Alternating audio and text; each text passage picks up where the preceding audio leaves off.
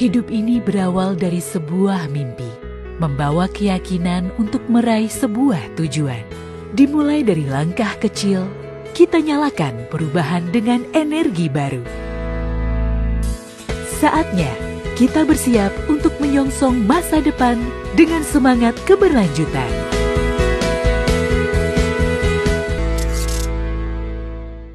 Halo guys, sekarang cuma dengan satu jari, semua urusan listrik langsung beres, res. Ini dia, PLN Mobile.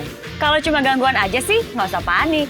Tinggal tap menu pengaduan, cus petugas PLN-nya langsung datang. Atau mau isi token, pasang listrik baru, atau mau ubah daya, atau cek hitungan listrik. Urusan listrik serahin aja ke PLN Mobile. Wali Kota Makassar Munafri Arifuddin secara resmi membuka kegiatan Festival Daur Bumi 2025 yang berlangsung selama 3 hari. Mulai tanggal 12 hingga 14 Desember 2025 di Gedung Manunggal M. Yusuf, Jalan Jenderal Sudirman, Makassar.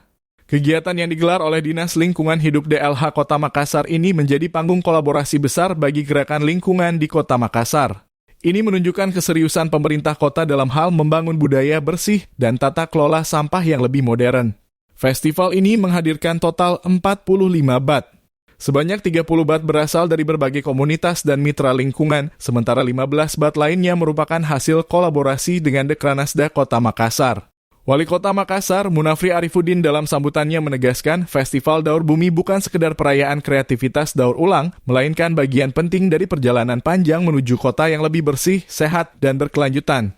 Wali Kota juga menyampaikan keberhasilan program persampahan tidak mungkin dicapai hanya melalui kebijakan pemerintah, melainkan membutuhkan kolaborasi, edukasi, dan kebiasaan baru dari seluruh elemen masyarakat. Sering kita melihat dan terlalu gampang mulut ini untuk menyampaikan sesuatu, untuk berbicara bahwa ini banyak sampah, ini kotor, kenapa dibuang?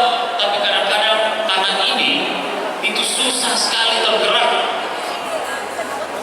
untuk mau, jangankan untuk memilah, untuk membuang sampah saja pada tempatnya itu susah.